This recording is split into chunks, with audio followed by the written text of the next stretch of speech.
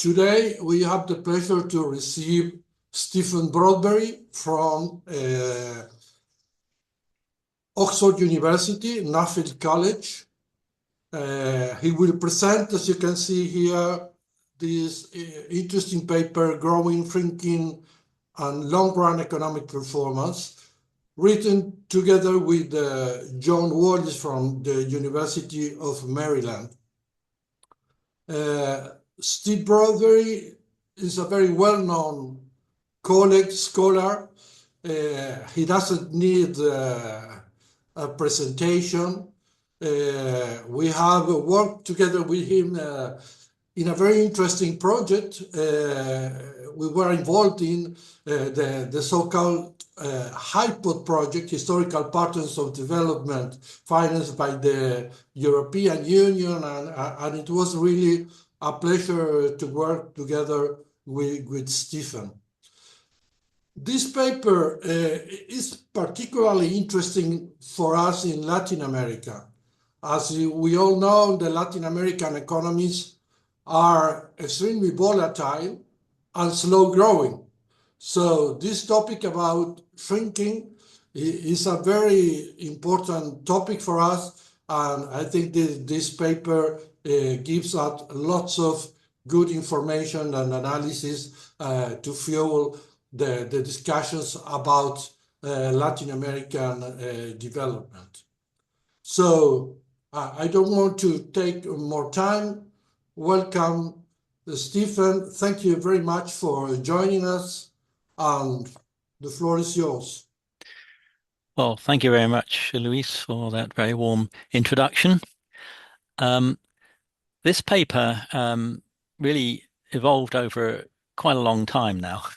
I think we started working on it in about 2015, and there was an NBR discussion paper in 2017. I think most of what we wrote in the 2017 version is more or less unchanged in the published version, which came out last year in the JEH. But we agonized over, well, there were two problems. One was COVID came along and we stopped meeting at conferences and things, and the paper got sort of put on hold. And then John was also writing a book on institutions, and so we really and his ideas were evolving, and the final section we only kind of managed to get completed just before publication. So let me just take you through it. I think the starting point, which John and I both picked up on, was a paper by Easterly, Kramer, Pritchett, and Summers, which was in the Journal of Monetary Economics 1993. There were some other papers which followed on from that, particularly by Lance Pritchett. And what they pointed out was that when you looked at poor economies and compared them with rich economies today, it was clear that that really in the periods 1950 onwards, at least, the poorer countries were poor not because they had slower growth rates when they were growing. The problem was just that there were too many years in which they weren't growing. They were having negative growth, or shrinking, as we called it. So higher frequency of shrinking. And when they did shrink, they shrank more rapidly. And we thought it would be interesting to look back over a longer time period to see, was this always the case, or is it something that only emerged in the second half of the 20th century? And so we really wanted to then see if it went back a long way in time, what were the forces that made for the dampening of the shrinking? I think it's well, Luis has already said it's actually of current interest in Latin America, but I also think it's becoming true again in the West. In the 21st century, we've had much less trend positive growth, and that's because of large periods of shrinking. To borrow a phrase from Lance Pritchett, shrinking has returned big time. So we've had the 2008 financial crisis, catastrophic decline for a while, COVID-19, then more recently the Russia-Ukraine war, and now even since I agreed to give this seminar, we've got another big war, the US-Iran war. So what we do in the paper is to examine growing and shrinking over the period since 1270. So we're going back quite a long way. We've got 3 data sets that are analyzed. Firstly, we have the Penn World tables for the contemporary world. This is just, in a way, just updating the Easterly et al. Paper. We've got data on 141 countries there. Then we have, for the 19th and 20th centuries, we have the Madison database. So for 1820 to 2008, we have data on 14 European countries and 4 New World countries. And then we can go back even further, but for fewer economies. So obviously, the nearer we are to the present, the more economies we have. But it's interesting to go back as far as we can. We can get back to about 1270 for European economies. The reason the number of countries is getting smaller as you get back is we require annual data for our analysis. And so to reconstruct historical national accounts for back to 1270, there's rather fewer of them with an annual frequency data. So let me start with the first data set, then the Penn World tables. This is organized. We divide the world up into different income groups and have a look at the difference in behavior between those groups. The most important thing is to have our identity, which you can see here, the first equation. The G here is essentially long-run economic performance. It's the rate of change of GDP per capita over, say, a 50-year period. And we can break it down into these 4 terms, really. And this is effectively an identity. It's F plus is the frequency of positive growth, and G plus is the average growing rate, we call it. That's the growth rate averaged out over only the years where you have positive growth. And then the last 2 terms, F minus is the frequency of shrinking, negative growth, and then G minus is what we call the average shrinking rate. So you look at only the years of negative growth, and you work out the average negative growth rate. Of course, if you are growing for, say, 50% of the years, you must be shrinking for the other 50%. So there's only really 3 independent factors.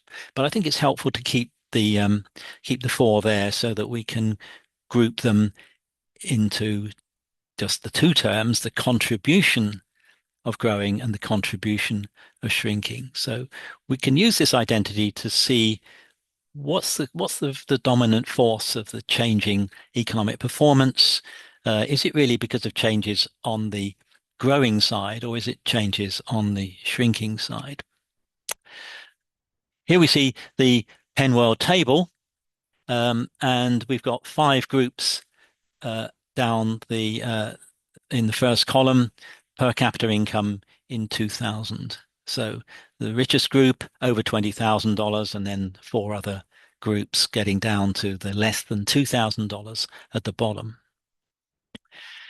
If we look at the average growing rate, the first thing to note is that it's generally higher for the poorer countries, and sometimes quite a bit higher. So for the richest group of countries, you'll see that the average growing rate is 3.79% a year.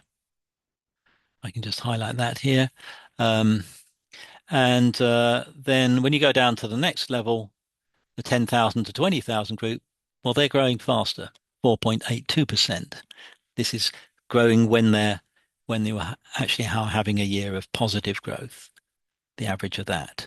then go down to 5,000 to 10,000. Oh, it goes up to 5.01%.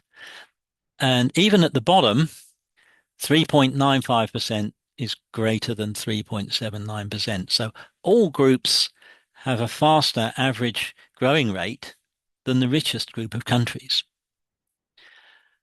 So how come the top group are richer? Well, you have to have a look at what's happening to their average shrinking rates.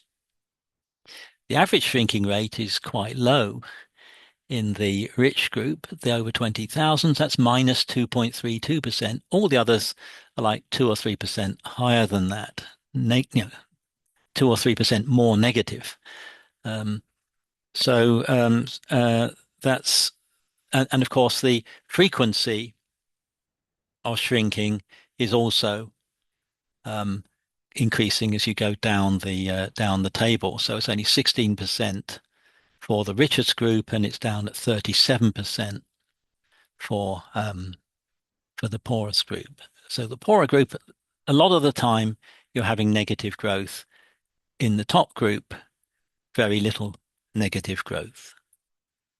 So the contributions of growing and shrinking, then, this comes from multiplying the frequency by the rate, that gives you the total contribution of growing and shrinking.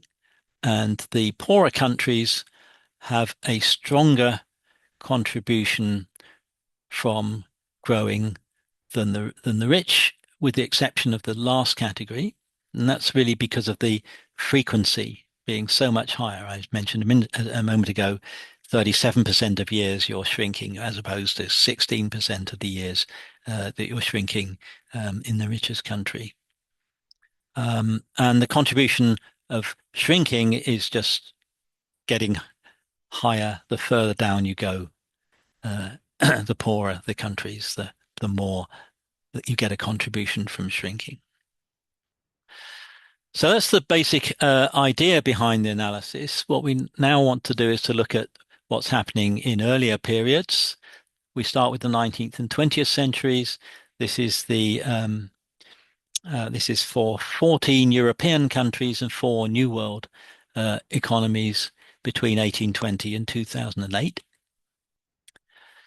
First of all, we can have a look at the frequency. You will notice that amongst these economies, you have a much higher frequency of growing than frequency of shrinking. So it's 88% versus 12%. And that's a big increase from what had happened in the rest of the period from 1820 to 1950. You see, it's about 2/3 of the years these economies were growing and only 1/3 of the years that they were shrinking. So getting into that period that Easterly et al. Were looking at, there's been a big increase in the frequency of growing, or to put it the other way around, and almost an elimination of years of shrinking in some economies. So it's a real stabilization of the economy. If we look at the average rate of change of per capita income, that's what's happening over all years. Then this is what I called average economic performance. And you can see, comparing 1950 to 2008 with 1910 to 1950, performance gets really much better. This is the golden age, it's known as. It's 2.55% a year. That's just the normal definition of growth. You compare the endpoints, and that includes years of both growing and shrinking. But now look what's happening to growing. You might have thought, given that average performance is improving, the economy is growing across all years by quite a lot more than it had been in the previous half century. You might have thought, well, we're going to see the average growing rate increase. But look what happens here. It falls from 5.2% to 3.06%. I think that's kind of one of the more surprising things. And that we sort of have highlighted, it's still quite consistent with the improved economic performance, because look what happens to shrinking.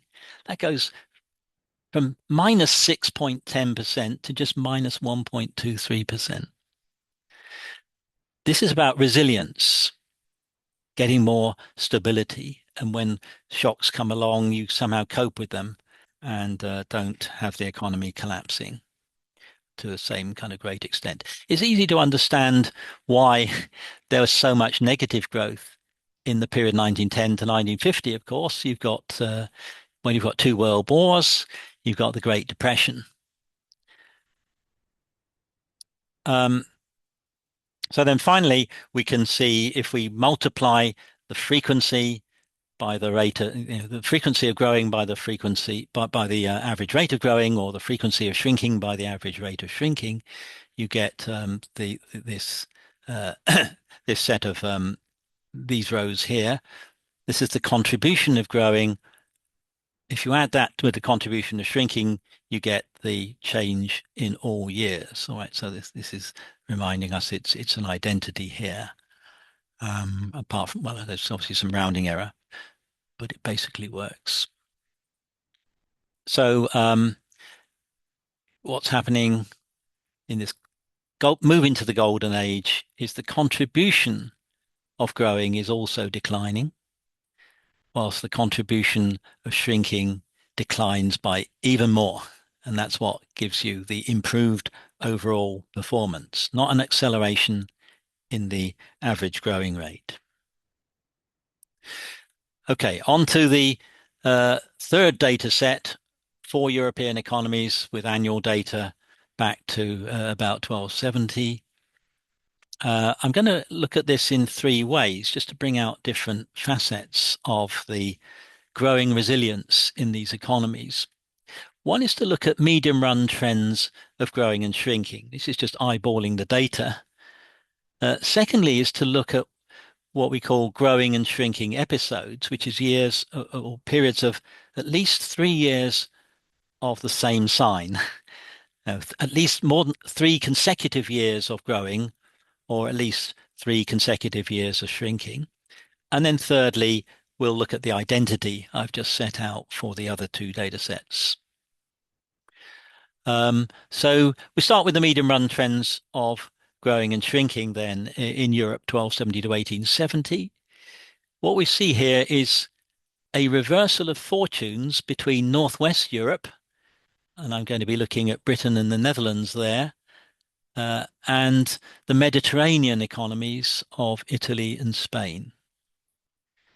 And this reversal of fortunes is usually known as the little divergence, to differentiate it from the great divergence between Europe and Asia. So what happens, I think probably people think, oh, well, Britain and the Netherlands were growing faster, so we'd expect to see an acceleration in the growing rate. But again, it's the shrinking that really makes the difference here. And it's important that Britain and the Netherlands experience less shrinking than Italy and Spain. It's been well known for a long time, since my supervisor, Nick Crafts, kind of became famous for his pointing out that the growth was very slow during the Industrial Revolution. No, it's that the economy was becoming more stable. And the pattern here is emerging since the Black Death, which struck in the mid-14th century. Well, we can have a look at what's going on in Mediterranean Europe. The grey line here is Italy, and the yellow line is Spain. What you can see here is there's not really much trend in the long run. Here's Italy. It's ending up at about the same point it began in about 1300 here. And in Spain, well, there's no trend really until, let's say, at the end of the 18th century. You're at the same level you were at in the 13th century. So what happens is you get periods of trend growth. Here we see in Italy, after the Black Death, an increase in or trend growth. There's a lot of short run fluctuations. But it's the trend here um, that matters. There's a trend increase, and then that's followed by a trend decrease, which gets you back to where you started, and that keeps repeating itself, that pattern. And similarly in Spain. So a period of growing is then followed by a period of shrinking. In Britain and the Netherlands, though, you can very much see that there is this strong upward trend over this period. How do we get there? Notice after the Black Death, you get the increase in sort of trend of GDP per capita for, half a century. But then a long plateau before the next growth spurt, which comes in the Netherlands there, then another plateau. In Britain, the first plateau after the Black Death remains till the second half of the 17th century, and then you get the trend growth. So what's happening after the Black Death? A big increase in per capita income over the next half century, and it never goes away. The economy has become more resilient, and as population recovers, we don't get the usual sort of Malthusian pattern. So what's happening then is that the economy is gradually becoming more resilient, more stable, and avoiding the negative periods of growth. So you put the two diagrams together and you see the overtaking. So here we have Britain, poorest economy of the four, the Netherlands also poorer than Spain or Italy, and then you get to the other end. Britain and the Netherlands have forged ahead of the Mediterranean economies. So it seems to be that the crucial thing is to avoid long periods of negative growth and trend negative growth. It's not about accelerating the growing rate. We can also look at these growing and shrinking episodes. So we're looking for at least 3 consecutive years of growing. That's a growing episode, or 3 consecutive years of shrinking. That's a shrinking episode. What's the difference between the Mediterranean and Northwest European economies? Is it that the British and Dutch are growing more frequently, having more frequent growing episodes than the Italians and the Spanish? I think the answer is clearly no. The economy with most growing episodes is Italy with 40, not Britain or the Netherlands. The Netherlands is not looking very stellar in that department at all. The big difference comes in the shrinking here. 21 episodes in Britain, 17 in Netherlands, many more in Italy and Spain, 29 and 25 respectively. So it's fewer shrinking episodes. We can also do the breakdown of the identity. And we can look at that. Here we see the growing and shrinking frequencies. Most of the time, actually, for this long period, the proportions of years in which you are growing versus the proportion of years in which you're shrinking is actually about 50-50. Here it is actually 50-50. Other times, sometimes a few more years of growing, other times a few more years of shrinking, they say here. So shrinking's really important. And then it changes up to about sort of 2/3 to 1/3 here in the 19th century, which of course dovetails with what we saw in analyzing the Madison database. And then after World War II, it goes down to sort of about 12 or 15% of years of shrinking. So the economy is becoming more resilient. The growing and shrinking rates, which I'll show you in a moment. The thing to note about that is they really tend to move together. So you have either high rates of growing accompanied by high rates of shrinking, or else you get low rates of growing and low rates of shrinking. And so what we want to get to be an economy achieving modern economic growth is to get from high rates of growing and high rates of shrinking to low rates of growing and low rates of shrinking. It's a bit sort of paradoxical that to achieve modern economic growth, what you'd need is to slow down the rate of growing, not speed it up. And that's because it's all about stability and resilience. So here we see the average rate of change of per capita income in all years. That's the overall what we'd normally think of as the growth rate measured end to end. And then we have the growing rates and the shrinking rates, looking at only the growing years and the shrinking years. Notice the change in long run economic performance is really pretty slow. Here, by 1800 to 1870, the British economy is growing at GDP per capita is only growing at 0.79% a year. That's, as I say, that's kind of embodying the Nick Crafts and Harley finding, slow growth during the Industrial Revolution, even when you measure it across all years. Now, if we split it up, then the growing and shrinking rates are a bit higher than that. But you'll notice that the trend is downwards. So if 1650 to 1700 in Britain, it's 3.59% is the growing rate. And it then goes, as we move into the Industrial Revolution period, 2.85%, 2.47%. And even when it bounces back, it's still less than in the late 17th century. But of course, the shrinking rate is also declining, and that's what really ends up improving the long run overall rate of economic performance, together with the growth ultimately in the share of years in which you have positive growth. So that gives us the contributions of growing and shrinking then. As I say, even in Britain, the first economy to achieve modern economic growth, the contributions of growing and shrinking are relatively low.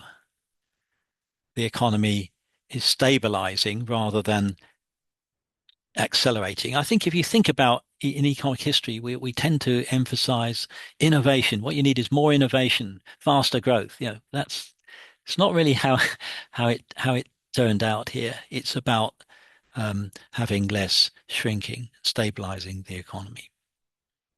So just to sum up on the empirical results, then what we're saying is the growing rates and shrinking rates are high and variable throughout most of history. They remain high and variable in less developed economies today.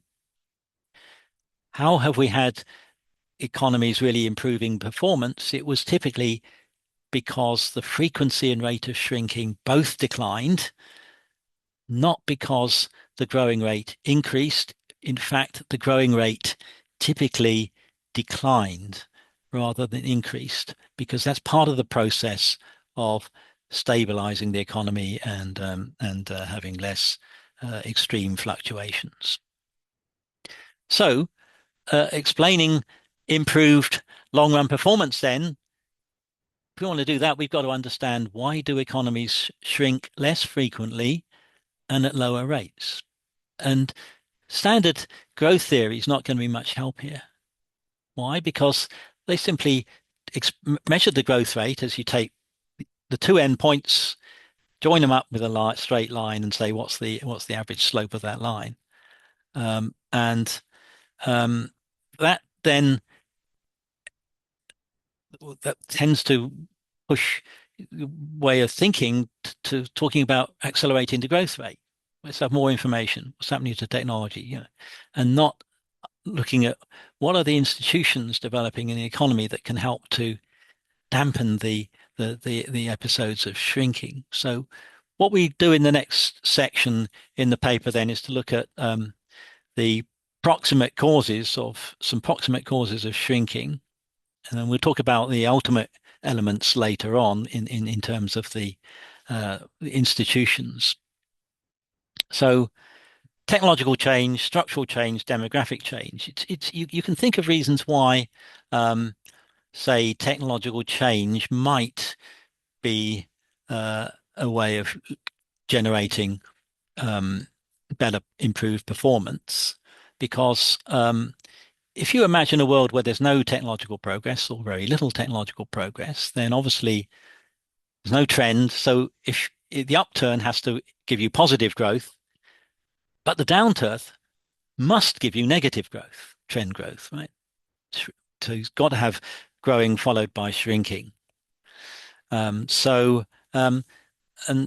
when John and I first sort of started talking about these things, people often said, "Oh, well, it's just trend and a trend, positive technological progress that would get rid of the shrinking." I think they had in mind something like this diagram, which is not very well drawn, I'm afraid, and didn't appear in the paper. But you'll see, as I said, in most of the world history, we have, maybe a period of positive growth.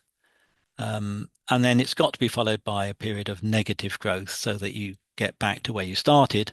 Otherwise, there'd be trend growth, right? So now, if we then think of this flat line here, pivot it round so that you have positive technological progress, then you can see how just drawing the same shape fluctuations, it's now got rid of the negative growth, right? That would be the idea, right? But you'll see that that's not going to be a good description of what actually happened, because that would imply you'd have to have an acceleration in the growing rate as well. This would be faster growth than in this flatter line here. And yet we've seen that's not what happened. The transition to modern economic growth is about moving from a world of high growing rates, high shrinking rates, to one of low growing rate and even lower shrinking rate, right? So there's another way of asking, well, how could technological progress have played such a big role here? We could ask, what's the scale of technological progress? We can measure that. If you like, an upper bound measure would be total factor productivity growth. It's more than technological progress. Of course, it's anything that improves the efficiency with which you use the inputs. So this would be an upper bound measure. In the Industrial Revolution in Britain, going back to Crafts, this table comes from Crafts, he's saying, well, look, 1760 to 1780, TFP growth was 0.05% a year, almost nothing. By the end of the Industrial Revolution, 1831 to 73, it's gone up to 0.35%. So that's only an increase of 0.3% a year.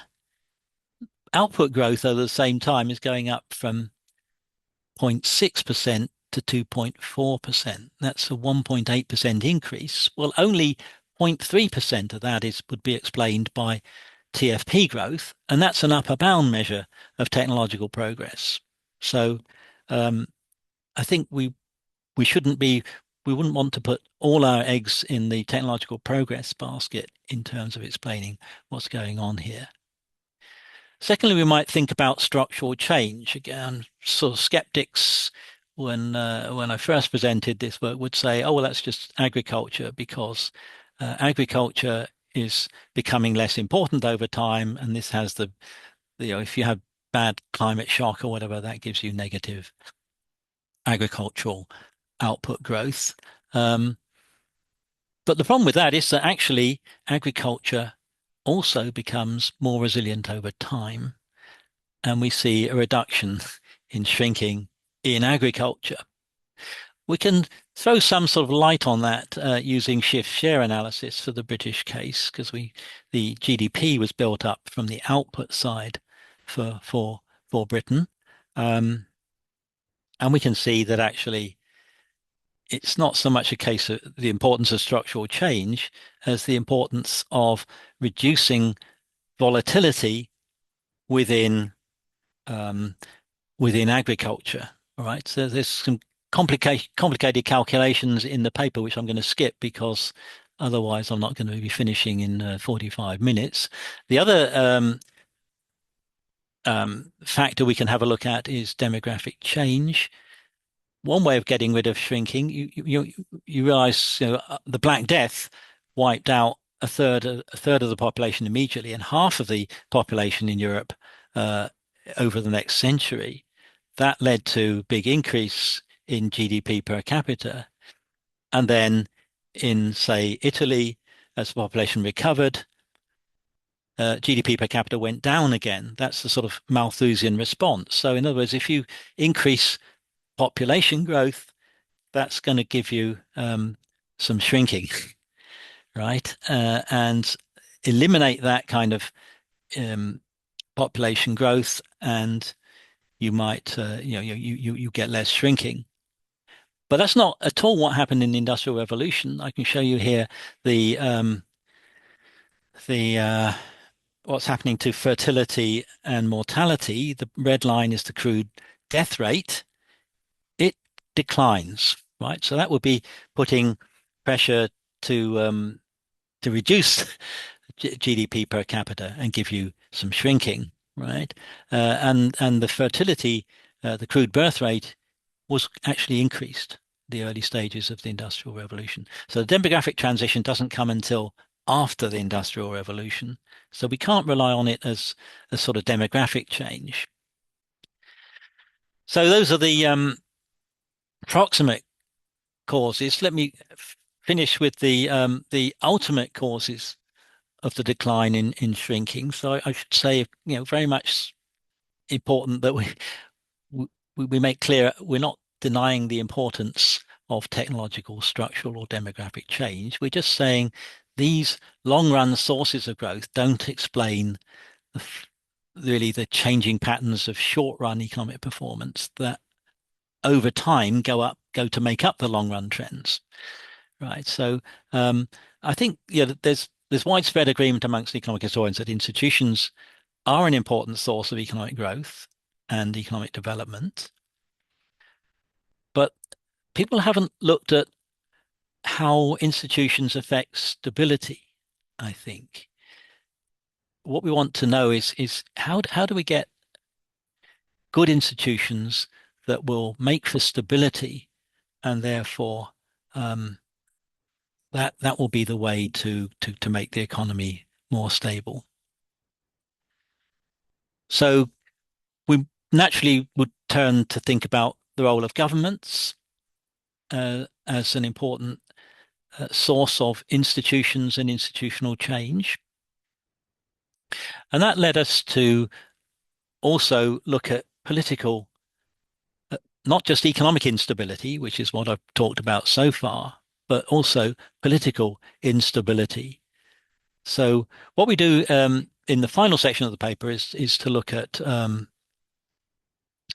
the world divided up into, this time, eight groups in descending levels of GDP per capita. And we've already seen the frequency of shrinking relative to the overall change in income. We can also look at the frequency of adverse political events. These are taken from the Archegos dataset and Comparative Constitutions project. So what do we mean by an adverse political event? We mean essentially an irregular regime change or a new constitution. So things like coups, civil wars, and so on. These are adverse political events. And here we see the different income groups, from the poorest to the richest, and the average rate of change of per capita income. And then we can see the frequency of economic shrinking. That is, you can see there's a correlation there. The poorest economies have negative change of per capita income, and the frequency of economic shrinking is the highest. So, and then as we move down, you get to the richest. They have the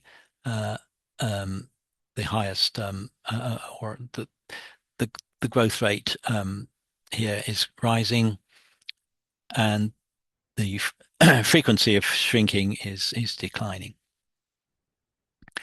But the frequency of adverse political events, I think the correlation is even stronger than the correlation of between the frequency of economic shrinking and the average rate of change of per capita income. Right. So the problem is in the frequency of economic shrinking, most of the economies are different groups.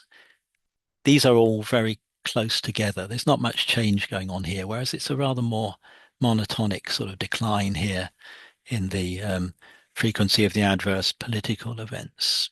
So maybe a slightly stronger correlation there. So if we look, that was over the period since 1950. If we now look at the period 1875 to 2015, then we look at the 18 richest countries.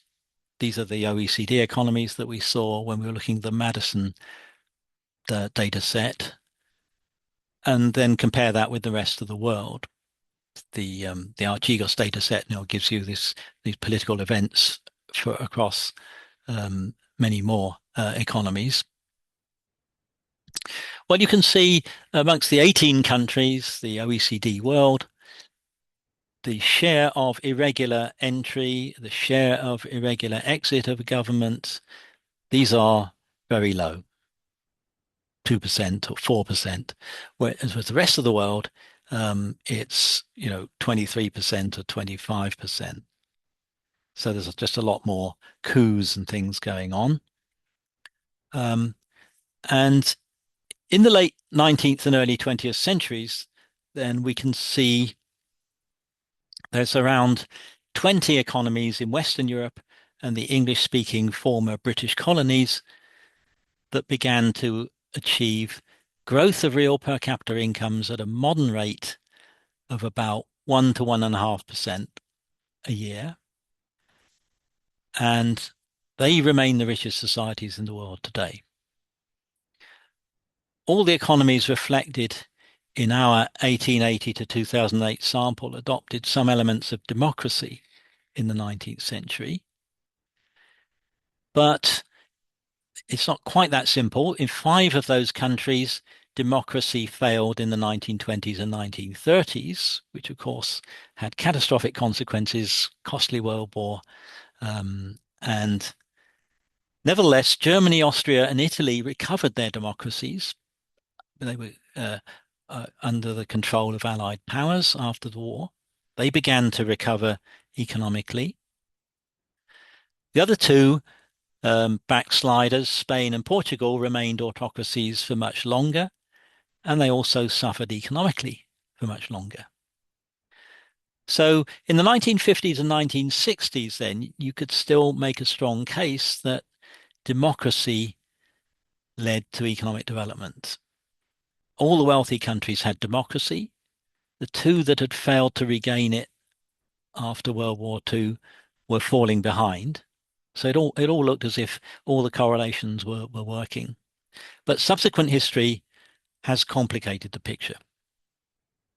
So after decolonization in the 1960s, you have throughout most of the world the selection of leaders through elections, which is perhaps the simplest form of democracy. Today, 3/4 of nations have at least some minimal form of democracy, but many have not made the transition to modern economic growth. So it's not that simple. Nevertheless, we shouldn't forget that all developed societies are advanced democracies. So there is a connection between some aspects of democracy and more stable politics, but it's not clear exactly which aspects enhance stability, what the connections are, and how they operate. So what have we shown? We've shown that data reaching back to the 13th century, we can still establish from that improved long run performance is more the result of less frequent and less rapid shrinking than the result of a rise in the rate of growth or rate of growing. So that is growth when the economies are growing. And as economic performance has improved over time, the short run rate of growing has typically declined rather than increased. The explanation of improved economic performance therefore requires a better understanding of why economies shrink and what we can do about it. So we draw two conclusions, really. I mean, firstly, that economic historians should pay as much attention to what determines stability as to what determines productivity. And secondly, the institutional analysis should focus more on what enables social arrangements to be stable over time, and relatively less on why particular institutional arrangements like secure property rights make individuals more productive. The short, pithy summary is we need to think more deeply about stability. And, well, that's it. So I'll open up for questions. Thank you very much, Professor Broadberry, for that very interesting presentation. We have about 40 minutes for questions now. If you want to ask a question, you can either write to me in the chat or just raise your hand, and I'll try to do my best to keep kind of a running list of people who have signed up.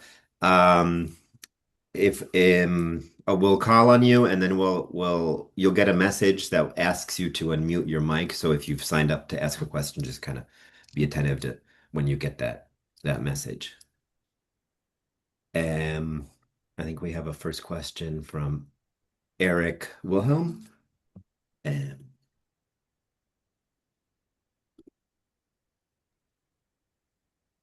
Excellent, thank you.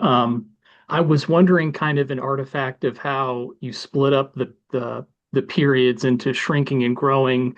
If you were to add a third grouping of some epsilon, above and below zero, if there would be any pattern of kind of periods of like stagnant growth rate. If you were to look at the frequency, obviously the average rate of change would be zero, but I'd be interested to know, because you have a hard cutoff right below and above zero, if you were to break out like a third component of periods of stagnant growth, what would that look like? Well, I guess it would depend on the bounds you put on it. I mean, we looked at this. I mean, because basically it's just a question of how many decimal points you want to go to. I mean, as to whether you think there's a third category, but it's not very many really that I think that's very close to zero. I don't think you ever needed to go more than about 1 or 2 decimal points, and to get it a clear, decisive one way or the other. And then, I mean, the answer to your question would be, well, if you made it big enough, it could possibly make a difference. But then we didn't really know, couldn't really think what would be the right bandwidth to put for that. Generally speaking, economies either grow or shrink. It's not that usual that you see 0.01% a year and then minus 0.01%. I mean, it tends to be fairly quickly you'll get rebound back to quite a bit away from zero, I would say. But I think that's all I can say really. We never managed to identify a third category that made any big difference as far as we could see.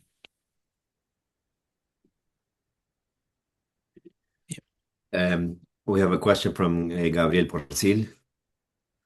Yes, thank you for the very interesting presentation. And My question is about technology. It is true that technology impact on the acceleration of growth, but it is also a source of resilience.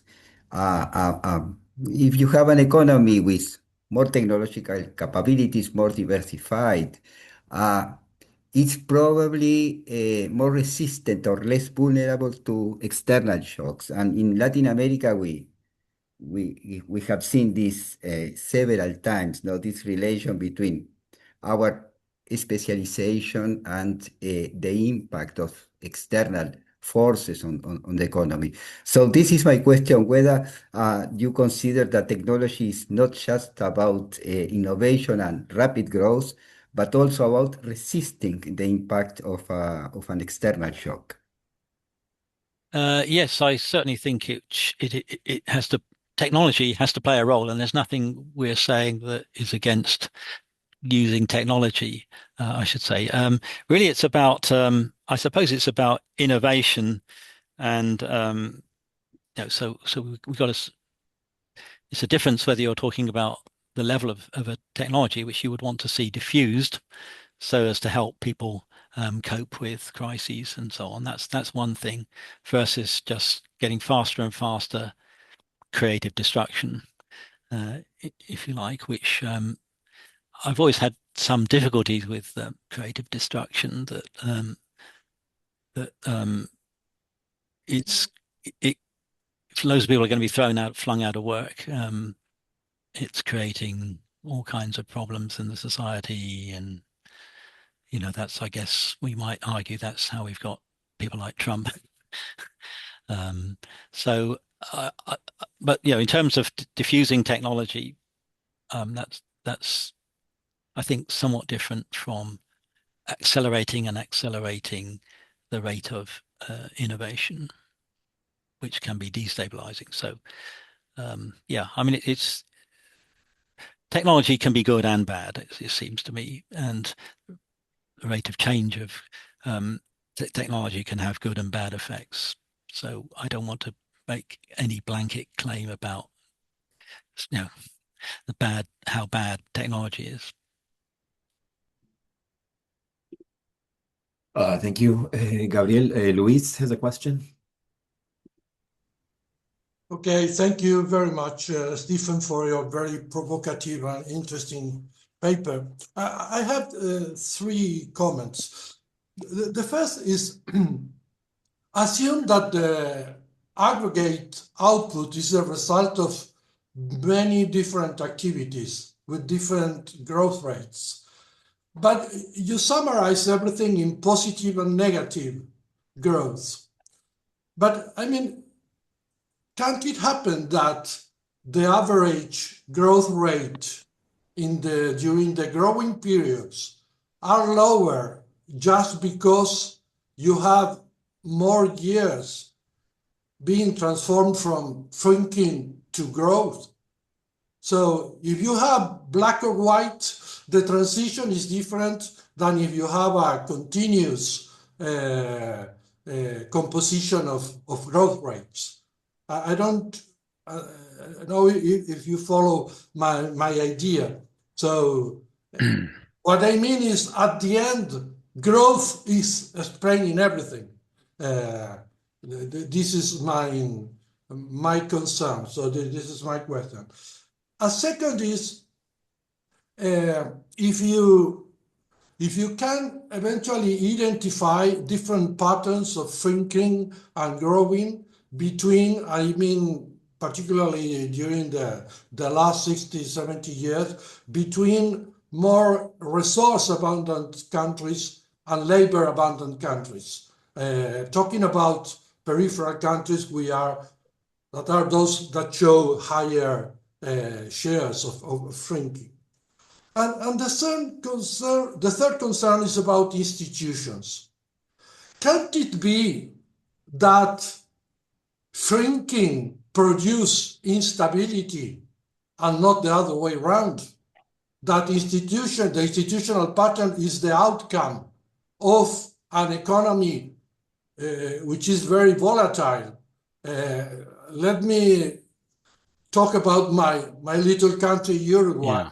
We have a very clear correlation here between economic crisis and regime changes.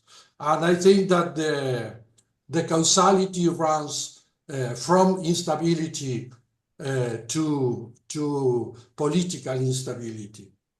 And another comment is stability. Can't it happen that if you are institutionally very stable, you can't produce change? So institutional stability is a way to maintain the pattern of growth featured by high shrinking episodes. Okay, probably too many questions, but yes. Okay. Well, thank you. There's a lot of things there, I suppose. Let me try to say something about some of them anyway. I mean, I think the idea of causality going in both directions, I think, is obviously true. And economics has become rather obsessed with trying to prove causation going one way, and if you don't do that, then nobody's interested anymore. I think, in fact, the correlations are interesting, and figuring out which way the direction goes. I mean, I don't think it's likely to ever, in most cases, to be possible to identify unidirectional causality in really interesting issues like institutions and what's happening to output. It seems to me it's got to go both ways. So I'm not so troubled by your suggestion that we can't have. I mean, I don't want to only suggest that institutions cause the fluctuations in output. I'm quite happy with the other way around as well. Which just, of course, makes the problems more complex and more difficult to come up with very simplistic policy conclusions. I just think at the moment it's been sort of ruled out and that growth economists are only looking at ignoring any effect of any shrinking, despite the fact that it seems to play an important role in the outcomes. So I don't want to be forced into saying I only want the direction of causality going one way. So that's the institution's point.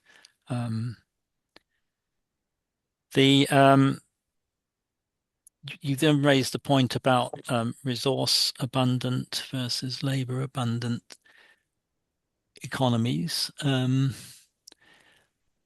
mean, it's not so clear to me that if we take this long period of history we're looking at here, right? Everyone started out with being labor abundant, I guess, and some countries managed to make the transition, and others haven't. I'm not sure I would want to say there's there's been one pattern throughout history, and I think I would encourage people to put in more economies. I mean, so far, the only 4 economies I've analysed here were European. I know I can now do this for at least the Yangtze Delta region of China, which will be interesting to bring an Asian economy in. It's got to be a lot more work before we can get a wide range of economies. But I think there's no reason why this analysis couldn't be done for, say, Latin American economies from the late 19th century, I would have thought. You know the data better than I do. The same, well, I've done some work on Africa. We've reconstructed historical national accounts at an annual frequency for the former British colonies in Africa. There's enough sufficient data for that. In fact, we did do a little bit of analysis on growing and shrinking in a paper with Lee Gardner in Explorations in Economic History 2022, I think. So I think we have the possibility here of comparing the resource abundant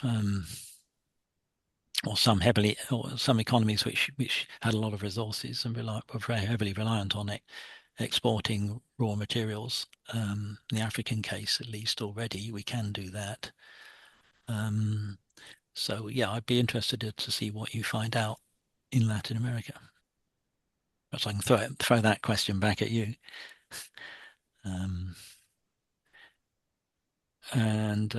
Your first question was about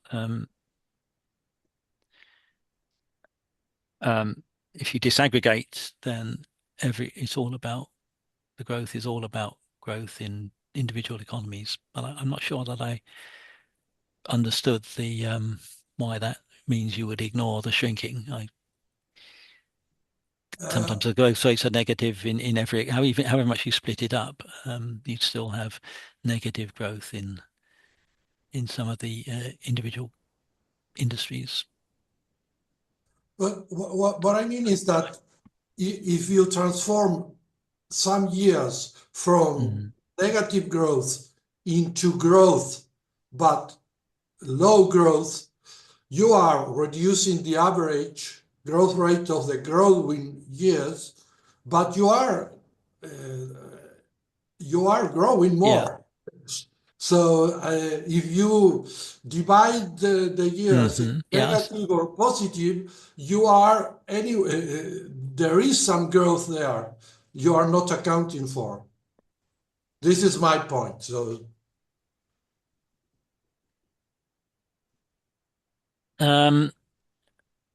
well, you're still left with the aggregate, and perhaps that's one. I mean, I don't think I would want to say that it's a bad thing to get the growth rate from minus 0.5% to plus 0.5%. But I'm not sure what that says about. I don't see how that invalidates the analysis we've done at the aggregate level. Okay. Yeah, I mean, this is just adding up the bits in different categories, but in the end, you're still faced with, at the aggregate level, GDP per capita is either positive or negative. So yeah, I'm not really sure that I understand the force of the question, but I can write a message later. Yes, okay, you can explain it to me later, perhaps. Yeah. Thank you, Luis. We have a question from Monica Avedo. Hi, I'm from Argentina. I am trying to speak in English, but not so clearly. So I just want to ask something about when you mean institution, if you are referring to government institution and democracy, or we may understand NGOs and other organizations with non-profit objectives. That means long-term institutions too. Yeah. I know in Europe there are institutions that from maybe 4 centuries of age, but in our countries, an institution, a non-profit institution means maybe 100-year-olds means a lot. So I think that what you're talking about is very interesting to understand, because we are young countries, and I think that not only government institutions contribute to this stability, maybe some non-profit organizations where that allows to participate in democracy too, contribute to that stability, not only government. Yes, no, I completely agree with that, and I've been writing about the role of institutions as a fundamental cause of the great divergence, and as well as talking about the role of the state. I also now have a section on private order institutions, and I think that's very important. I think, in fact, Joel McKeer's work on the Industrial Revolution, he emphasizes a lot private order institutions as well. I think it's not all about the state. That's how you're going to get. And I think the World Bank sort of took up Avner Greif's work. I remember in the early 2000s, I think, sort of saying, yes, even if you have a bad government, you can get together like the Maghreb traders and sort things out, and that I think would have an effect on stabilizing the economy. Yeah. So thank you. Yes, I think it's we had that section on the role of the state, just because we had to put in a section on institutions, and we didn't have much space, so we didn't cover the whole range of institutions. But I think you're right. Private sector institutions are very important.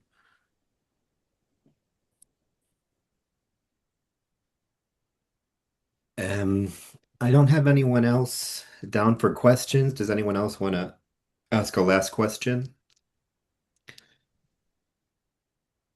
If not, I think we can close out. I'd like to thank Professor Broadberry for the presentation and everyone who connected, and for the questions. We have the next virtual International Economic History Seminar will be at the end of June. We don't have the exact date yet, but if you're on our mailing list, you should be getting a message soon about it. And I guess we can finish up. Thank you very much. And thank you.